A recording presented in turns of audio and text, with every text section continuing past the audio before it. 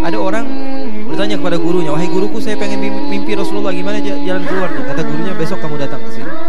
Datang akhirnya besok. Kemudian kata gurunya, kamu pengen ketemu sama Rasulullah? Iya.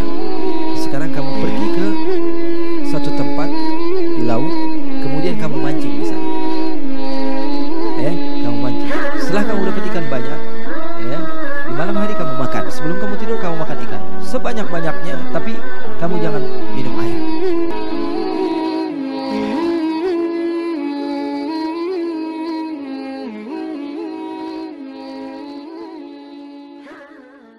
Namanya Goa Thawr. Goa apa? Thawr. Di dalam goa, cerita yang sudah masyhur, semua di antara kalian mungkin sudah mendengar bahwa Nabi Muhammad SAW bersama Sayyidina Abu Bakar. Sebelum Sayyidina Abu Bakar masuk, sebelum Rasulullah masuk, Sayyidina Abu Bakar mengatakan, biar saya duluan yang masuk ya Rasulullah. Kenapa? Karena saya takut ada binatang yang mengganggu kamu. Sehingga Sayyidina Abu Bakar melihat ada beberapa bolongan, kemudian diambil baju Sayyidina Abu Bakar, dia buka. Daripada baju-baju Sayyidina Abu Bakar atau sorban Sayyidina Abu Bakar dipotong-potong sehingga menutupi bolongan-bolongan yang ada. Paham? Ceritanya masyhur atau tidak? Sudah sering kita dengar atau tidak? Sehingga Sayyidina Abu Bakar mengatakan kepada Rasulullah, ya Rasulullah silahkan masuk. Sayyidina Abu Bakar duduk, Rasulullah tidur di pangkuan Sayyidina Abu Bakar. Ternyata di kaki Sayyidina Abu Bakar masih ada bolongan.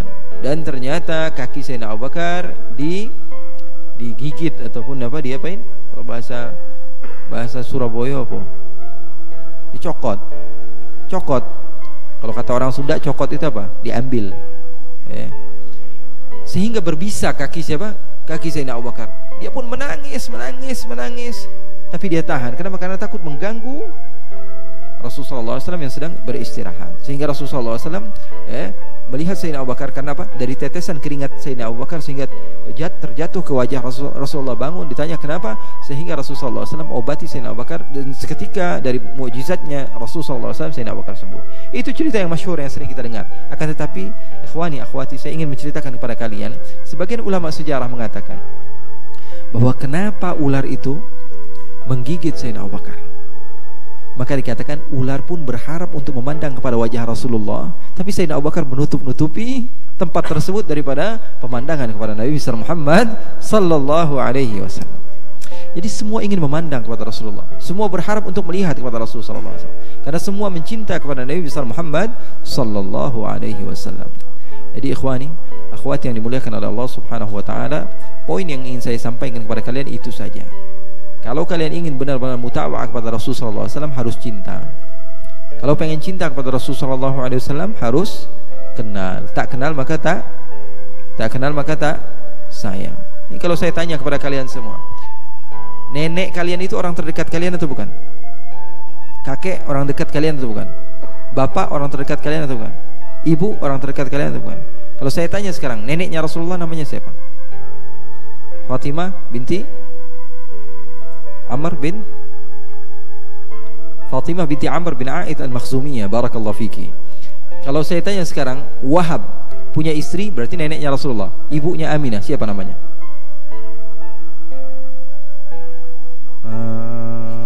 Siapa ya? Seseorang yang dekat dengan Rasulullah SAW pun kita terkadang tidak tahu gitu. Dan kita mengaku kita cinta sama Rasulullah SAW. Ini harusnya menjadi cambukan bagi kita gitu. Kita ini mau ikut Rasulullah, tapi orang yang kita ikuti kita tidak kenal. Nah, itu namanya apa? Dusta yang hakiki. Paham atau tidak? Kita mengaku ikut mutaba'ah sunnah Rasulullah SAW, tapi orang yang kita mau ikuti sunnahnya itu kita tidak kenal kepada beliau. Makanya ulama dari semenjak zaman dahulu, gimana caranya mereka kenal dulu sama Rasulullah. Dari semenjak kecil sudah diajarkan sholawatan dan lain sebagainya, sehingga mereka tahu ini manhaj loh. Ini program yang dilakukan oleh ulama-ulama zaman dahulu kepada orang-orang yang ada di Indonesia khususnya. Dari semenjak kecil sudah disuruh sholawatan, qasidahan, sehingga mereka ketika besar sudah terbiasa. Walaupun lingkungan kita ini lingkungan misalnya yang tidak benar, kita masih ingat begitu waktu kecil kita ini sholawatan di masjid, kita memuji Nabi Muhammad, kita mengetahui bahwa Nabi Muhammad SAW adalah makhluk yang paling mulia, makhluk yang harus kita imani. Sehingga apa? Tumbuh rasa tersebut. Walaupun kita di tempat yang tidak baik sekalipun, kita akan mengenang masa-masa itu gitu. Sehingga kita pengen tahu siapa Nabi Muhammad SAW. Itu namanya tarbiyah yang tidak dimiliki oleh banyak orang. Sebagian orang yang penting kamu ngikut. Kalau lagi pengen, iya. Kalau lagi nggak pengen, tinggalkan sekaligus.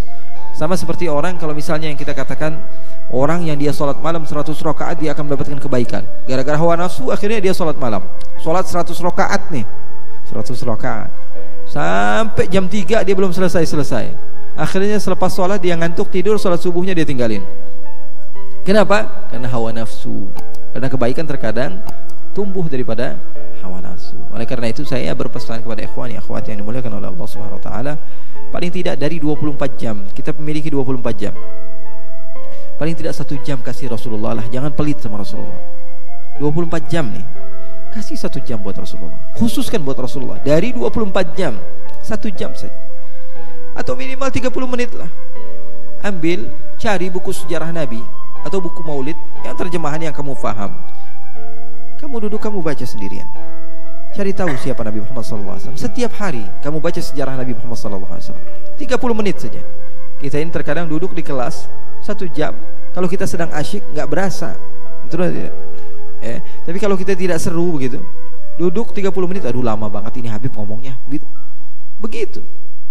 Karena kita nggak asik. Tapi kalau kita sedang seru pada suatu hal, terkadang kita duduk 1 jam nonton 3 jam, apalagi nonton India, nonton apalagi itu Korea, betul atau tidak? Terkadang kita penasaran, kenapa kita suka, kenapa kita bisa betah? Karena kita suka. Kenapa kita bisa betah? Karena kita suka. Ayo coba kita tes dari sekarang. Saya berjanji ya Rasulullah, di bulan Maulid ini ya Rasulullah, saya akan berusaha sepulang saya dari tempat ini, atau ketika saya sedang berada di tempat ini, saya akan berikan 30 menit atau 1 jam daripada waktu saya khusus untuk engkau ya Rasulullah. Untuk solawatkah? Bersolawat. Solawat nggak mesti dengan pakai hadroh dulu, itu tambahan saja. Solawat kamu bersolawat pada Allahumma sholli ala Muhammad wa ala ali Muhammad, Allahumma sholli ala Muhammad wa ala ali Muhammad, Allahumma sholli ala Muhammad.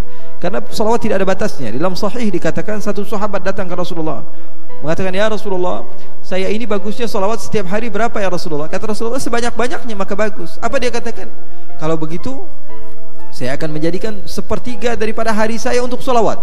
1/3 berarti berapa? 24 jam dibagi 3 berapa? Berapa? 8 jam saya habiskan untuk apa? Bersolawat. Kata Rasulullah SAW apa? Fa in zitta fahuwa khair. Kalau kamu tambah itu lebih bagus. 8 jam. Rasulullah nggak batasi. Kamu ini jangan, 8 jam itu terlalu banyak. Kamu adakan istighfar, kamu baca subhanallah, kamu. Tapi Rasulullah mengatakan apa? Fa in zitta fahuwa khair. Kamu tambah itu lebih bagus. Apa dia katakan? Fathulutsain ya Rasulullah. Kalau begitu 2/3 ya Rasulullah, saya akan jadikan salawat untukmu. Berarti berapa banyak? 16 jam. Sebelumnya dia mengatakan setengah, kemudian setelah itu dia mengatakan 2/3. Rasulullah menjawab yang sama. Ketika dia mengatakan setengah, Rasulullah katakan kalau kamu tambah lebih bagus. Kemudian dia mengatakan 2/3, kalau kamu tambah itu lebih bagus kata Rasulullah. Kalau begitu idzan aj'alu hayati kullaha laka ya Rasulullah. Kalau begitu saya jadikan semua hariku untuk kamu ya Rasulullah. Apa kata Rasulullah? Idzan yukfa hammuk wa yughfaru dzambuk. Kata Rasulullah. Kalau benar kamu menghabiskan waktu kamu hanya untuk saya, kata Rasulullah, 2 hal yang kamu akan dapatkan.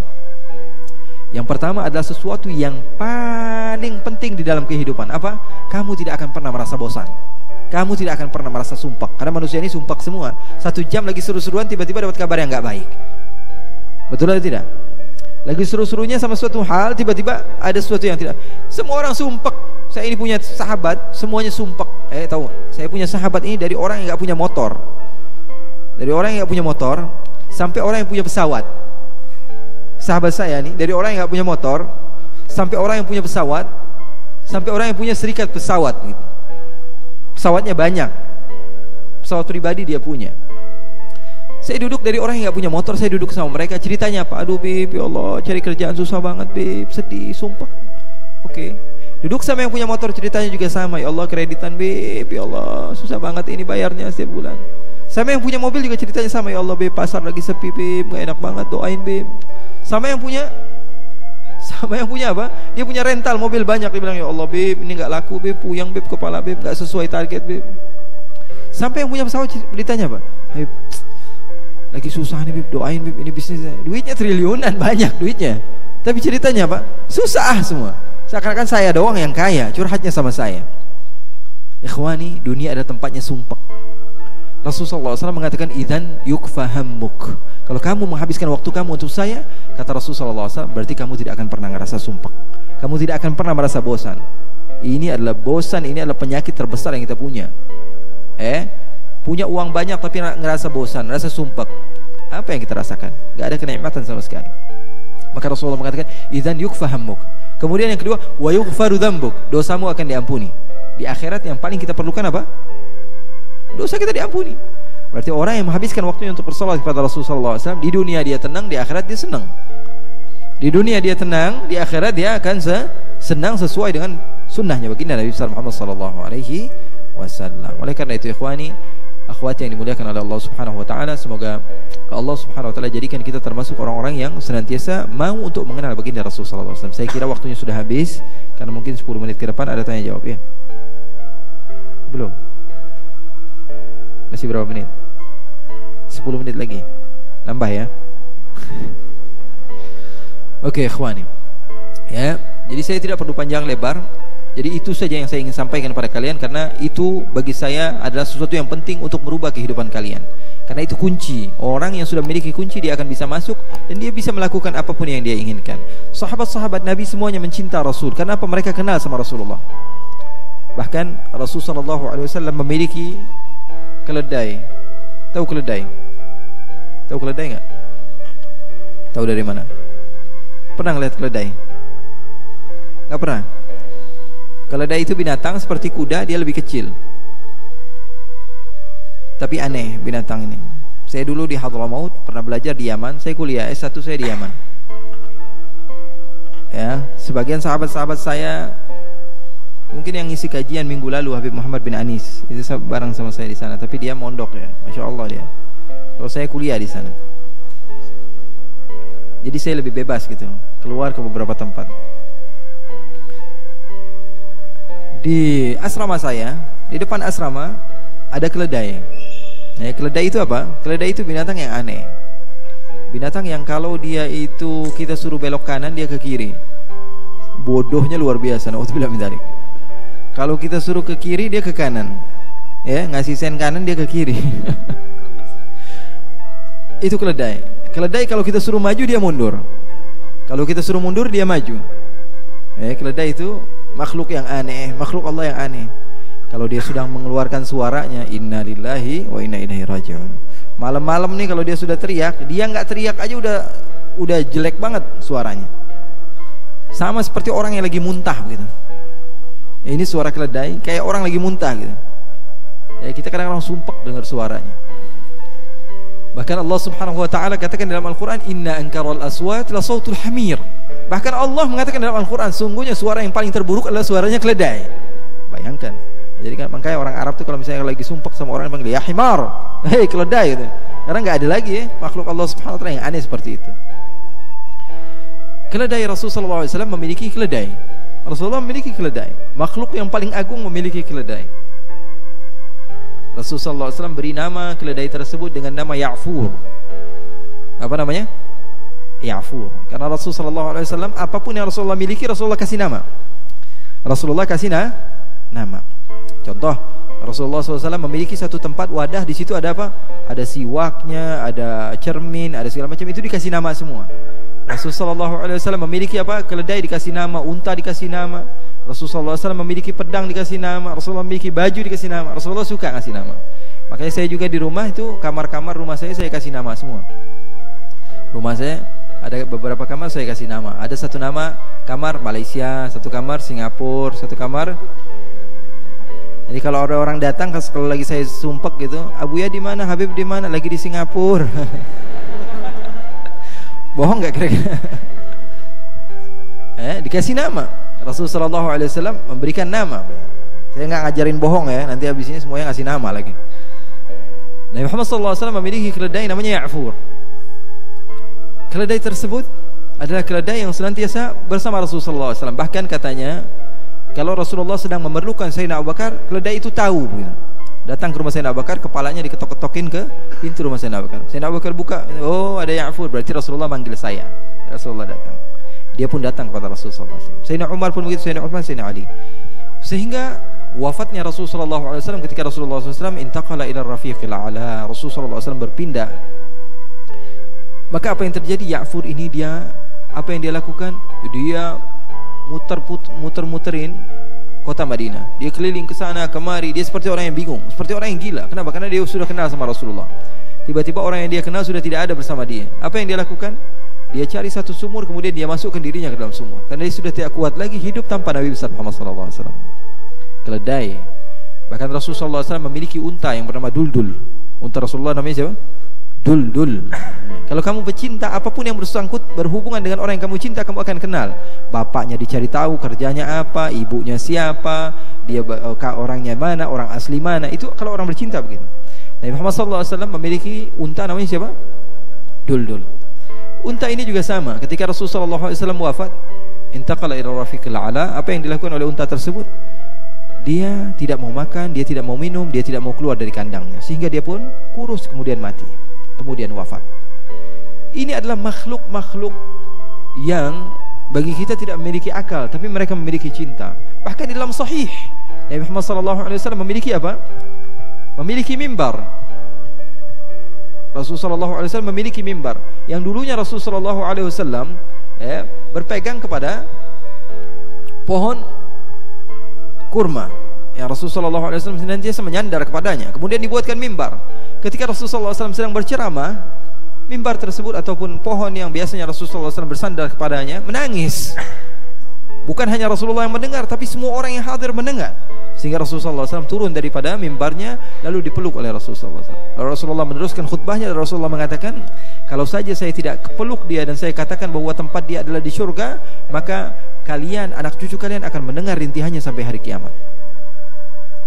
Kenapa? Karena sudah kenal. Jadi ikhwani, akhwati yang dimuliakan oleh Allah Subhanahu wa taala, ya, pesan saya itu saja. Kenali Rasulullah. Kenali Rasulullah. Kalau sudah kenal pasti cinta. Kata Imam Al-Ghazali, beliau mengatakan umumnya orang itu bisa cinta sama orang lain karena apa? Ketampanannya. Betul atau tidak? Suka sama cewek biasanya karena apa? Pertama, faktor cantik, karena mata kadang nipu. Cewek juga suka sama cowok misalnya gara-gara apa? Gara-gara tampannya dia. Bayangkan Nabi Muhammad ini nggak ada yang lebih tampan dari Nabi Muhammad. Gimana nggak suka orang? Katanya bukankah Nabi Yusuf itu lelaki yang begitu tampan sehingga apa? Perempuan-perempuan itu berkumpul, kemudian ketika melihat wajahnya mereka memotong tangan mereka, bukan apel yang mereka potong. Maka dikatakan wa sahbu Zulaikha law ra'ayna jabinahu la atharna taqti'ul qulubi 'ala al-aidi. Kalaupun sahabat Zulaikha itu dihidupkan lagi oleh Allah Subhanahu wa taala, kemudian dihadirkan pisau dan apel di hadapan mereka, maka ketika Rasulullah SAW keluar, hati mereka akan terpotong-potong sebelum mereka memotong tangan mereka. Shallu 'ala Nabi Muhammad. Keindahan Nabi Muhammad SAW begitu luar biasa, sehingga sebagian orang itu kalau misalnya ketemu sama Rasulullah nggak bisa ngomong gitu. Ini sudah dicatat semua, mau ngomong apa di hadapan Rasul. Ketika di hadapan Rasulullah nggak bisa ngomong, sehingga ada seorang perempuan itu gemetar. Lagi ketemu sama Rasulullah nggak bisa ngomong begitu. Kata Rasulullah, ya miskinah, aliki bisakinah. Wahai perempuan, kata Rasulullah SAW, kamu tenang saja, karena ibu saya ini sama seperti kamu, makan qadid, deng-deng begitu, sama. Kita ini nggak ada bedanya, kata Rasulullah SAW. Jadi faktor orang itu bisa cinta gara-gara apa? Ketampanannya. Nabi Muhammad SAW makhluk yang paling tampan. Yang kedua karena baiknya dia, biasanya mengeluarkan harta dan lain sebagainya. Nabi Muhammad SAW adalah orang yang paling terutama dalam masalah itu. Baca sejarah Nabi Muhammad SAW, kalian akan tahu. Nabi Muhammad bahkan pernah memberikan kepada seseorang jumlah bilangan kambing yang banyak, sehingga orang tersebut pulang ke kampungnya mengatakan aslimu aslimu fa inna Muhammadan yu'ti ata'a man la yakhshal faqr. Masuk Islam kalian semua, karena Muhammad saya datang pengen tanya tentang Islam, belum dijelaskan tentang Islam tapi saya dikasih ribuan kambing. Masuk, akhirnya satu kampung masuk Islam tanpa perlu ceramah Nabi Muhammad. Nabi Muhammad memberikan harta yang banyak. Di dalam riwayat dikatakan Siti Aisyah bercerita, Nabi Muhammad pulang daripada satu peperangan membawa harta yang banyak. Rasulullah bagikan. Waktu subuh Rasulullah bagikan, sampai datangnya waktu duhur belum selesai Rasulullah bagikan hartanya. Saking banyaknya harta baginda Rasulullah SAW. Rasulullah pulang, tanya sama Siti Aisyah, wahai Aisyah, makan apa kita siang ini? Kata Siti Aisyah, ya Rasulullah, dari pagi saya nunggu, siapa tahu kita ini dapat jatah daripada harta tersebut. Oh, kata Rasulullah, saya begitu asyik bagikan harta sehingga lupa rumah saya belum kebagian, kata Rasulullah. Kalau begitu bagaimana? Idzan nasum, kata Rasulullah. Kalau begitu kita puasa lagi, kata Rasulullah. Asik memberikan harta sehingga lupa kepada rumahnya sendiri. Itulah baginda Nabi Muhammad SAW. Keberanian Biasanya orang tuh melihat, wah ini orang ini jawara nih, enak kalau dekat dia kita nggak perlu takut. Kalian tahu Umar bin Al-Khattab, sahabat Nabi, beliau senantiasa mengatakan, kunna idha hamiyal watis ittaqaina bi Rasulillah. Kami ini kalau sedang perang, kemudian perang sedang berkecambuk, semua musuh maju ke depan, apa yang kami lakukan? Kami ngumpet di belakang Rasulullah. Ini Umar bin Al-Khattab yang dikatakan oleh Rasulullah SAW, idza salaka Umar fajjan illa wa salaka syaitanu fajjan akhar. Kalau Sayyidina Umar melewati satu gang, setan pasti cari gang yang lain. Apa kata-kata beliau? Beliau mengatakan, kami kalau perang sedang berkecambuk, kami ngumpet di belakang Rasulullah.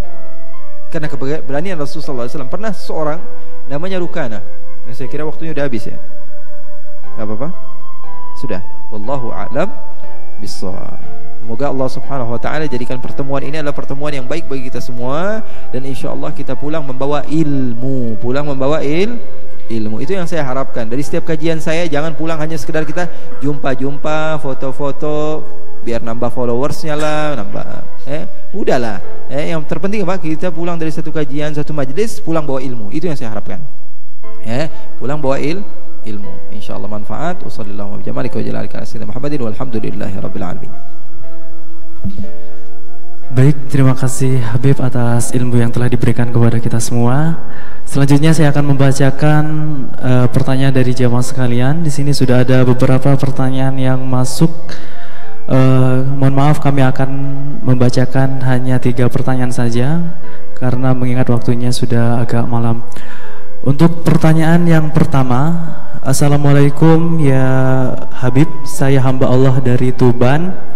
Alhamdulillah pada kesempatan hari ini bisa mengikuti pengajian Habib Ali. Saya ingin bertanya, setiap waktu dan setiap kali saya berbuat maksiat atau tidak berbuat, saya selalu ingat Allah. Apakah suatu hinaan bagi Allah apabila saya berbuat maksiat tapi mengingat Allah dan maksiat itu tetap saya lakukan?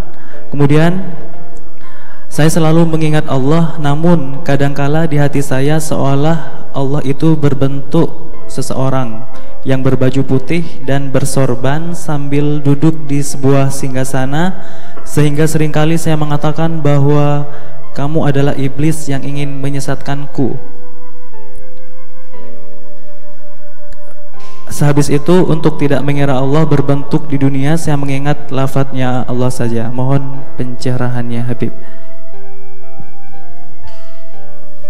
Waalaikumsalam warahmatullahi wabarakatuh. Tanda Allah Subhanahu wa taala menjadikan seseorang itu adalah seorang yang syaqi, seseorang yang akan menempati nerakanya Allah, adalah ketika Allah Subhanahu wa taala memberikan kepada dia bukti bahwa sungguhnya Allah ada, akan tapi dia senantiasa tidak mematuhi perintah Allah.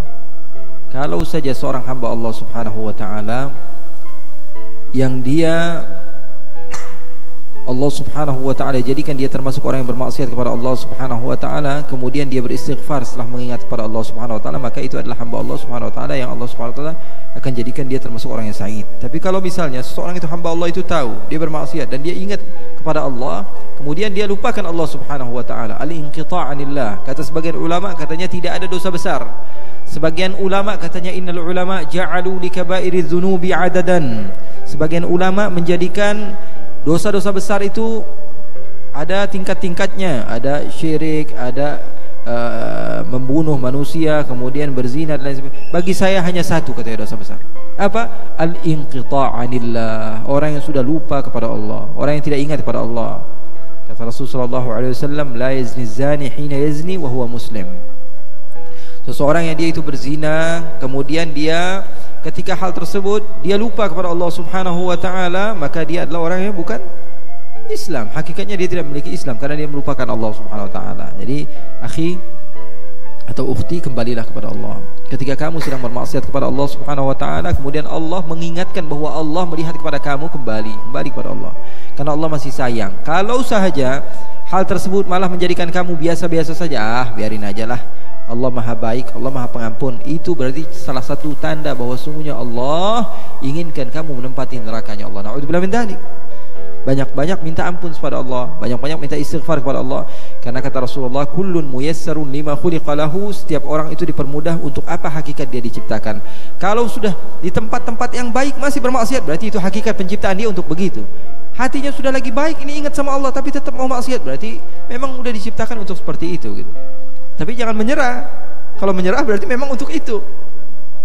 Kalau kamu menyerah, wah berarti saya sudah, berarti untuk itu berarti kamu diciptakan. Kamu lawan itu. Kamu yakinkan kepada Allah, ya Allah, saya ini bermaksiat, dan Rasulullah mengatakan an-nasu khatta'un, semua manusia itu bersalah. Wa khairul khatta'in at-tawwabun, sebaik-baiknya orang yang bersalah adalah orang yang mau kembali kepada Allah.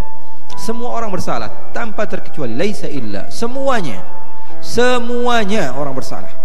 Semua orang pernah bersalah. Saya dan kamu dan siapapun, kecuali para nabi yang maksum. Semuanya bersalah. Dan sebaik-baiknya orang yang bersalah adalah orang yang mau kembali kepada Allah. Orang yang mau kembali kepada Allah Subhanahu wa taala. Ketika dia ingat kepada Allah, dia kembali kepada Allah. Itu adalah orang yang baik, orang yang insyaallah akan dicatat kepada dia kebaikan. Pertanyaan yang kedua adalah, penanyanya sama. Melihat Allah seakan-akan berbentuk makhluk. Penanyanya sama ya? Iya, pertanyaan. Sebagian orang dia mengatakan ini rasio, kami ini berbicara sesuai data dan fakta. Seseorang yang tidak pernah kami pandang berarti tidak ada. Padahal kaidah yang saya imani, tidak semua yang tidak kamu ketahui itu tidak ada. Tidak semua yang kamu tidak ketahui itu berarti tidak ada. Bisa jadi sesuatu yang kamu tidak ketahui itu ada. Dia mengatakan, saya menyembah beribadah kepada Allah, tapi saya harus tahu sama Allah. Ikhwani, kamu itu makhluk yang lemah. Sekarang kalau saya tanya sama ikhwan sama akhwat, kalian yakin atau tidak kalian punya ruh? Yakin atau tidak? Yakin. Kita ada jasad, ada ruh. Ada jasad, ada ruh. Jasad yang berbentuk ini, ya. Kemudian ruh apa? Sesuatu yang berada di dalamnya. Kita tahu bahwa sungguhnya jasad kalau tanpa ruh berarti nggak bisa bergerak dong. Kalau kita ada jasad, ada ruh, naik ke atas, naik. Turun ke bawah, turun. Berarti jasad yang ada ruhnya. Kalau jasad yang sudah tidak ada ruhnya berarti seperti pocong begitu. Pocong suruh berdiri, kalau berdiri gimana? Berapa urusannya? Betul atau tidak? Berarti jasad yang tidak memiliki ruh. Orang yang sudah wafat berarti memiliki jasad yang tidak memiliki ruh. Kita punya jasad, punya ruh. Saya dan kamu yakin 100% bahwa apa? Kita ini memiliki jasad dan ruh. Sekarang saya tanya, bentuk ruh itu seperti apa? Sesuatu yang kamu yakini ada, dan setiap hari kamu yakini bersama kamu. Bentuknya kamu tidak tahu dan kamu ingin mengetahui bentuk ataupun bagaimana sikap seseorang, zat yang menciptakan kamu. Masuk akal atau tidak? Masuk akal atau tidak? Sekarang kan orang aneh-aneh. Ini sesuatu yang 100% kamu yakini, kamu tidak tahu bentuknya begitu. Ini mau cari tahu, malaikat Jibril sekarang kerjaannya apa ya? Mau tahu seperti itu? Sesuatu yang tidak akan pernah sampai kepada kamu. Kalau ruh yang setiap hari bersama kamu saja, kamu tidak tahu, ya, bagaimana tentang sesuatu yang kamu tidak pernah bayangkan. Malaikat katanya punya pekerjaan masing-masing. Malaikat Jibril penyampai wahyu, nabinya sudah ada. Terus malaikat Jibril ngapain sekarang? Nganggur dong. Ada yang bertanya sama saya begitu. Jawabannya apa? Jawabannya adalah pertanyaan kamu salah. Pertanyaannya salah. Pertanyaan itu nggak perlu pada jawaban. Kenapa? Karena pertanyaannya salah. Nggak bakal pernah sampai kepada otak kita. Nggak bakal pernah sampai kepada otak kita. Karena manusia ini lemah. Manusia ini taunya sesuatu yang ada di mata dia. Kalau orang menyembah berarti harus ada orangnya begitu. Sekarang contohnya seperti ini. Saya dicontohkan oleh guru saya, Profesor Abdullah Baharun. Guru saya berkhidmat kepada beliau, Rektor Universitas Al-Ahqaf, Yaman. Beliau memberikan contoh baik sekali kepada saya. Beliau katakan, contohnya diantaranya begini. Kalau salah satu diantara sahabat kita ini pernah ke Malaysia misalnya, pernah ke Malaysia tapi ke Kuala Lumpur saja, dia akan tahu dan bisa ngebayangin gitu, karena dia pernah ke Kuala Lumpur. Saya katakan kepada dia, habis ini saya mau ke Malaysia, ada kajian di Melaka, ada kajian di negeri Melaka. Dia tidak tahu Melaka itu di mana. Apa yang akan pertama kali diucapkan? Dia akan mengucapkan, Melaka itu dekat nggak sih dari Kuala Lumpur? Kenapa? Karena otak dia sampai ke Kuala Lumpur sehingga dia akan mengatakan apa? Melaka itu dekat nggak ke Kuala Lumpur? Saya bilang saya mau ke Perak. Perak itu dari Kuala Lumpur berapa kilometer ya? Kenapa? Karena otak dia nyampainya hanya ke Kuala Lumpur. Kita bilang, wah saya mau ke Kedah. Kedah itu dari Kuala Lumpur sama nggak sih kotanya? Bangunannya sama nggak sih? Segala sesuatu yang saya sebutkan tentang Malaysia akan dia campur adukkan dengan apa? Akan dia sambungkan dengan apa? Kuala Lumpur. Kenapa? Karena dia pernah ke Kuala Lumpur. Itu manusiawi, rasio, begitu atau tidak? Contoh yang lebih gampang begini, ada orang yang buta. Dari semenjak kecil dia buta. Dari semenjak bayi. Dari semenjak lahir dia tidak pernah memandang kepada dunia. Dia buta sampai usia dia sudah 20 tahun. Tiba-tiba suatu saat dia duduk di belakang rumahnya menyendiri begitu. Tiba-tiba Allah subhanahu wa ta'ala berikan kepada dia penglihatan. Tapi nggak lama, cuma 1 detik. Allah kasih dia bisa melihat. Biasanya semuanya hitam, tiba-tiba dia bisa melihat. Berapa lama? 1 detik. Dan kebetulan di hadapan dia ada apa? Ada ayam. Ada ayam. Dia lihat, wah apa ini? Kemudian Allah tarik lagi penglihatan dia. Kemudian dia pegang, dia panggil sahabatnya, "Woi, orang rumah, siapapun yang ada di sini, coba-coba ke sini." Kenapa? Tadi barusan saya melihat hamba ini, apa ini? Binatang apa ini? Ini ayam. Oh ayam, oh sekarang saya sudah bisa membayangkan bagaimana ayam. Dulu saya hanya mendengar apa itu ayam, sekarang saya sudah bisa melihat ayam itu seperti ini. Bentuknya seperti ini, matanya seperti ini, warnanya seperti ini. Bahkan wajahnya sendiri dia nggak tahu kayak gimana, tapi ayam dia tahu. Dia diajak jalan. Bro, kita ke hotel, kita ke mall yuk. Ngapain? Temenin saya aja. Mau ngapain? Saya mau beli iPhone. iPhone warna apa? Warna merah. Warna merah itu kayak warna ayam nggak ya? Warna merah itu warna kayak warna ayam nggak? Pertama kali yang disebutkan pasti ayam. Kenapa? Karena otaknya nyampenya cuma ke ayam. Kita mau ngeliat gunung nih. Gunung itu bentuknya kayak ayam nggak sih? Lihat lagi, kita mau makan bakso nih. Bakso itu tempatnya dari ayam atau apa? Pokoknya semuanya bakalan nyambung ke ayam. Kenapa? Karena otaknya nyampenya hanya ke ayam. Paham atau tidak? Nah, begitupun orang yang dia menyembah kepada Allah, karena manusia ini lemah, dia taunya apa? Hanya ayam. Jadi apa? Dia kira orang itu kalau menyembah harus ada sesuatu. Itulah manusia. Manusia itu tidak tahu kecuali karena apa? Karena kebiasaan dia. Seseorang misalnya melihat ada pisau, dia katakan pisau ini tajam. Kenapa? Karena beberapa kali dia coba jadi tajam gitu. Pisau, dia melihat ada api itu bisa membakar. Kenapa? Karena dia sudah coba beberapa kali api itu membakar. Padahal api itu tidak membakar. Pisau itu tidak melukai. Tapi umumnya begitu. Orang yang pertama kali Allah ciptakan misalnya, ketika dia melihat api, apa dia mengatakan api ini bisa membakar? Enggak, dia coba sekali. Aduh, kebakar. Kebesokannya dia yakin atau tidak bahwa api itu membakar? Belum. Manusia itu biasanya masih pengen cari tahu, lihat api yang lain. Waduh, ini ngebakar juga. Sampai beberapa kali baru dia memiliki apa? Penelitian bahwa api itu membakar. Tapi menurut penelitian manusia, buktinya apa? Nabi Ibrahim ketika masuk kebakar nggak? Enggak. Faham atau tidak? Nah, oleh karena itu, ikhwani, jangan sampai memikirkan hal-hal yang seperti itu. Kata Sayyidina Abu Bakar As-Siddiq, "Kullu ma khatara bi balik fallahu khilafu dzalik." Itu saja jadikan kaidah, jalan keluar buat kamu. Kalau kamu memikirkan Allah, apapun tentang Allah, yakini bahwa Allah tidak sama dengan apa yang kamu pikirkan. Itu udah cakep tuh. Kaidah dari Sayyidina Abu Bakar As-Siddiq. Kullu ma khatara bi balik fallahu khilafu dzalik. Apa yang terlintas dalam hati kamu, pikiran kamu tentang Allah, yakinlah Allah bukan seperti itu. Allah jauh sekali daripada kesamaan tentang manusia. Okay. Baik, untuk pertanyaan yang kedua dan ketiga. Untuk pertanyaan yang kedua, Assalamualaikum Habib, apa yang bisa dilakukan sebagai anak muda akhir zaman agar membuat Rasulullah senang? Apa hanya cukup dengan hadir di majelis ilmu? Kemudian pertanyaan yang ketiga, amalan apa saja yang dapat dilakukan agar bisa bermimpi dengan Rasulullah SAW?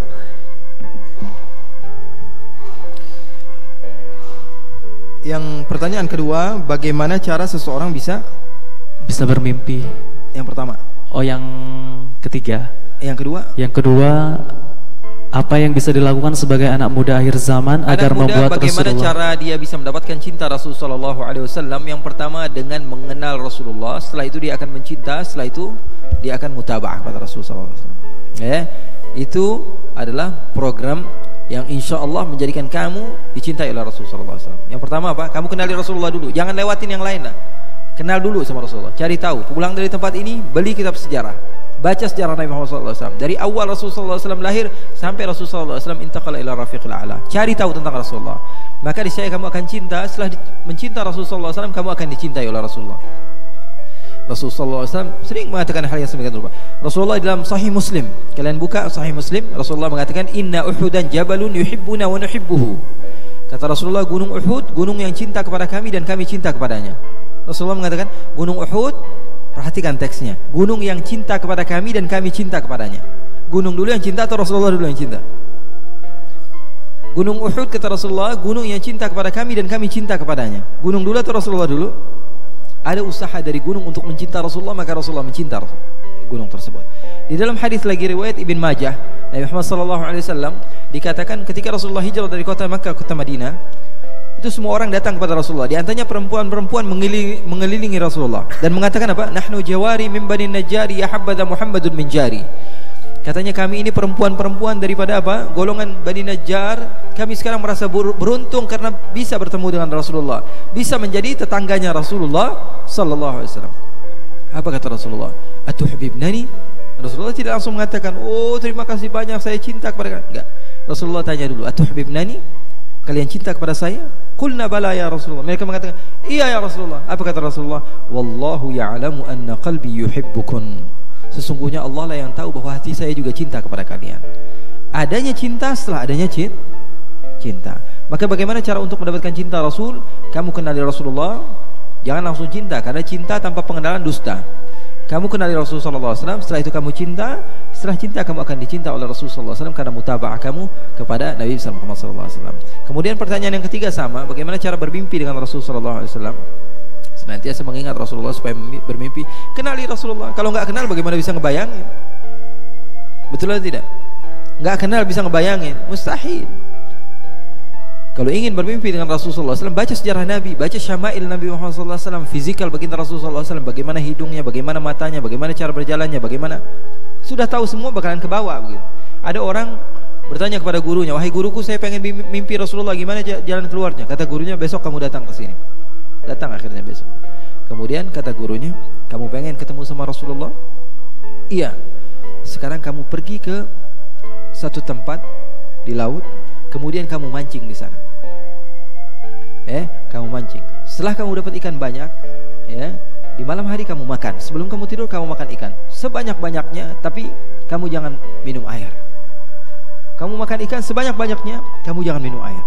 Akhirnya benar dia lakukan, karena dia yakin sama gurunya, apapun yang dikatakan gurunya pasti benar. Dia pergi ke laut, dia mancing sebanyak-banyaknya ikan. Setelah itu apa? Dia pulang ke rumah di waktu malam, dia masak ikan yang banyak, dia makan sebanyak-banyaknya ikan sampai perutnya kenyang. Dia terus paksakan, dan dia tidak makan apa? Dia tidak minum air. Kemudian dia tertidur.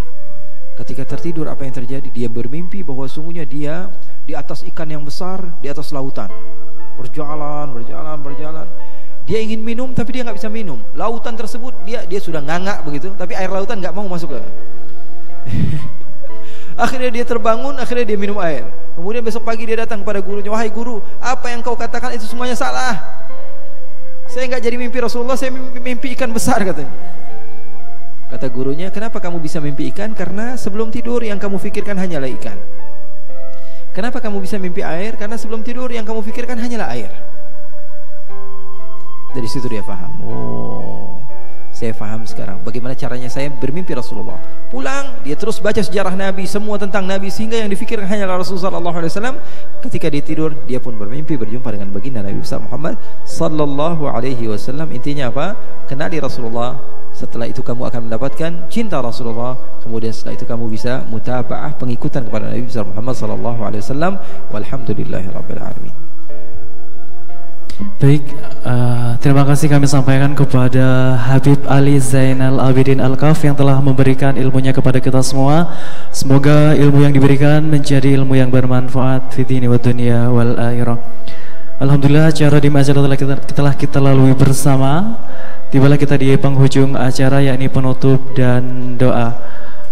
Maka dari itu, untuk menutup dan doa kepada Habib Ali Zainal Abidin Al-Kaf kami persilakan. Astaghfirullahaladzim. Bismillahirrahmanirrahim. Alhamdulillahirabbil alamin. Allahumma salli wa sallim ala sayyidina Muhammad wa ala ali sayyidina Muhammad. Allahumma ja'al jam'ana hadha jam'an marhuma wa tafarruqana min ba'dihi tafarruqan ma'suma wa la taj'al illahumma fina wa la minna wa la ma'ana syaqiyan wa la mahruma. Ya Allah, jadikanlah perkumpulan kami ini perkumpulan yang Kau cintai ya Allah. Tidaklah kami keluar dari tempat ini kecuali dosa kami telah Engkau ampuni ya Allah. Tidaklah kami melangkahkan kaki kami dari tempat ini kecuali derajat kami telah Engkau naikkan ya Allah. Ya Allah ya Rabbal Alamin, kami banyak mendengar tentang Rasul sallallahu alaihi wasallam, akan tapi kami takut setelah kami keluar dari tempat ini syaitan yang mendatangi kami jauh lebih besar daripada apa yang telah kami dengar ya Allah. Oleh karena itu ya Allah, berikanlah kepada kami taufik ya Allah untuk senantiasa mampu mendekat kepada Rasulullah. Pulang dari tempat ini kami akan berjanji untuk senantiasa mengenal kepada Rasulullah sehingga kami mampu mencinta Rasulullah. Insan yang senantiasa mengenal kami, insan yang senantiasa mencinta kami, insan yang senantiasa mengingat kepada kami. Ya Allah ya Rabbal Alamin, begitu hina schedule hidup kami ya Allah, karena dari banyaknya waktu yang kami lalui ya Allah, sangat sedikit sekali kami mengenang pada Rasulullah SAW. Yang kami tahu Nabi Muhammad hanyalah Nabi, Nabi yang mulia, Nabi yang dekat denganmu. Setelah itu kami tidak mengetahui tentang Rasulullah SAW lebih banyak lagi ya Allah. Oleh karena itu ya Allah, kami adalah makhluk yang hina dan ini adalah masa yang tepat ya Allah. Usia kami sudah ada yang 20 tahun, 30 tahun, 40 tahun ya Allah, akan tapi terlalu jauh kami daripada kekasih-Mu Rasulullah. Kami yakin ya Allah, beliau adalah kunci satu-satunya untuk menggapai ridha-Mu ya Allah. Oleh karena itu ya Allah, jadikanlah kami penuh dengan semangat ya Allah. Pulang dari tempat ini kami akan mengingat Rasul, mengenang baginda Rasul sallallahu alaihi wasallam, dan jadikanlah kami termasuk orang-orang yang mampu mendidik generasi berikut kami ya Allah untuk menjadi orang-orang yang mampu mencinta Rasul sallallahu alaihi wasallam, sehingga akan hadir mutabaah tersebut di dalam hati-hati kami ya Allah. Ya Allah ya Rabbal Alamin, jadikanlah kami termasuk orang-orang yang mampu menjadi orang-orang yang Engkau berikan ridha kepada mereka ya Allah. Jadikanlah kami termasuk orang-orang yang mampu mendapatkan maghfirah daripada-Mu ya Allah. Jadikanlah kami termasuk orang-orang yang akan selamat daripada api neraka-Mu ya Allah. Ya Allah ya Rabbal Alamin, kami adalah makhluk yang tidak pantas memasuki syurga-Mu ya Allah. Kami yakin dan kami tahu akan hal itu ya Allah. Tangan kami senantiasa bermaksiat, mata kami senantiasa bermaksiat, kaki kami senantiasa bermaksiat. Kami yakin kami ini adalah manusia yang tidak pantas untuk mendapatkan syurga-Mu ya Allah. Kalaupun tangan kami nampak adalah soleh, mata kami soleh, kaki kami soleh, hati kami tidak soleh ya Allah. Kami yang lebih tahu siapa diri kami ya Allah. Akan tetapi ya Allah, kami pun berharap untuk mampu berjumpa dengan Rasulullah sallallahu alaihi wasallam. Kalau tidak masuk ke dalam syurga-Mu, di mana kami mampu berjumpa dengan kasih Rasul sallallahu alaihi wasallam? Insan yang senantiasa kami sebut namanya dan kami mendengarkan dalam telinga kami siapa beliau. Ya Allah ya Rabbal Alamin, mata kami senantiasa mulia ketika mentelaah sejarah beliau. Ya Allah ya Rabbal Alamin, sesungguhnya syurga tidak membuat kami rindu kepadanya kecuali karena Rasulullah berada di dalamnya ya Allah. Ya Allah ya Rabbal Alamin, jadikanlah kami termasuk orang-orang yang mampu duduk di hadapan baginda Rasulullah SAW, memandang kepadanya, bukan menjadi orang yang malah membuat Rasulullah SAW malu di hadapan Allah. Karena kami pernah mendengar dalam hadis Rasulullah SAW, Nabi Muhammad ketika sibuk memasukkan umatnya ke dalam syurga, tiba-tiba malaikat Jibril mengatakan, yang ini jangan dimasukkan, yang ini jangan dimasukkan wahai Muhammad. Ketika itu engkau berkata ya Rasulullah, Nabi Muhammad SAW berkata, mereka ini adalah umatku. Malaikat Jibril mengatakan, bukan wahai Muhammad, mereka bukan umatmu, mereka merupakanmu, mereka tidak ingat kepadamu. Kami takut ya Allah, kami termasuk orang-orang yang seperti itu ya Allah, termasuk orang yang dilupakan oleh Rasul sallallahu alaihi wasallam dan bukan termasuk daripada umatnya. Oleh karena itu ya Allah, jadikanlah kami termasuk orang-orang yang semangat di dalam mentelaah sejarah Nabi. Pulang dari tempat ini kami berjanji untuk menjadi orang yang senantiasa ingat kepada Rasul. Kemudian kami akan mencinta baginda Rasul dan mengikuti mutabaah kepada Rasul sallallahu alaihi wasallam dengan berkat Nabi Muhammad sallallahu alaihi wasallam. Walhamdulillahirabbil alamin.